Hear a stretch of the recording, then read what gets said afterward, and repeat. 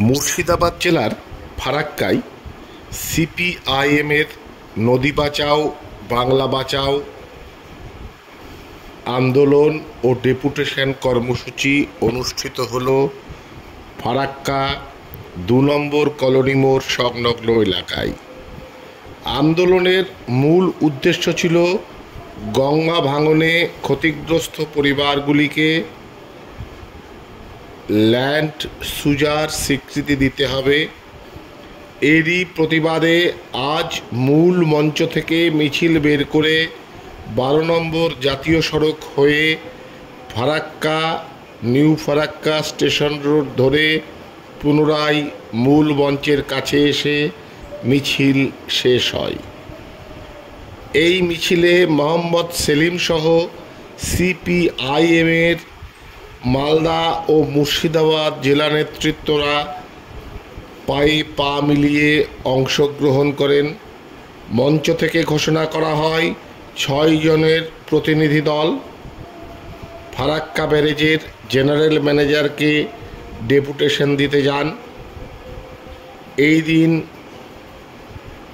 মঞ্চ থেকে কেন্দ্র ও রাজ্যকে কড়া ভাষায় আক্রমণ করেন মোহাম্মদ সেলিম। আপনারা এখন দেখছেন সেই আন্দোলনের ছবি।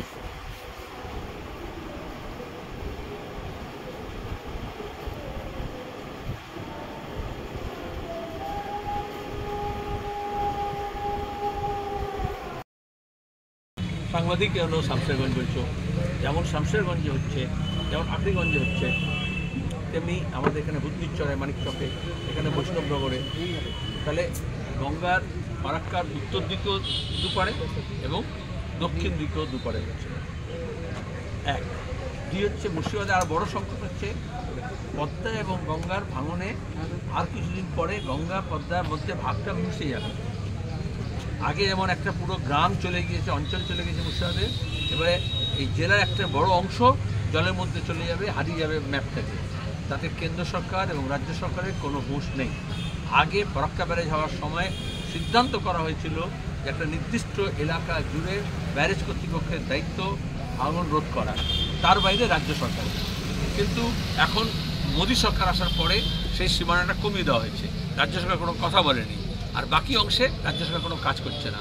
বামফ্রন্ট সরকার যখন ছিল আমরা প্রত্যেক সময়, আমরা বলছি না যে গঙ্গা ভাঙন হতো না, কিন্তু গিয়ে দেখো আমরা জমি নিয়ে পুনর্বাসন করে বাসস্থান তৈরি করে মানুষজনকে রাখার ব্যবস্থা করা হয়েছে। আর এখন মন্দির যাচ্ছে, কবরস্থান যাচ্ছে, বাজার যাচ্ছে, হাট যাচ্ছে, স্কুল যাচ্ছে, জমি যাচ্ছে, বসতি যাচ্ছে, কিন্তু সরকারের তরফ থেকে কোনো পুনর্বাসনের ব্যবস্থা নেই।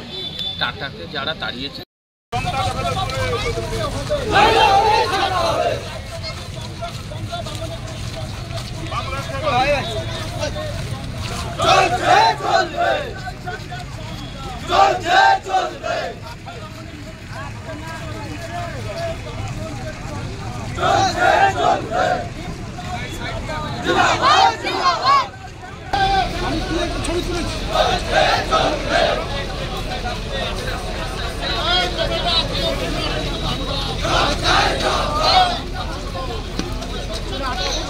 ছবি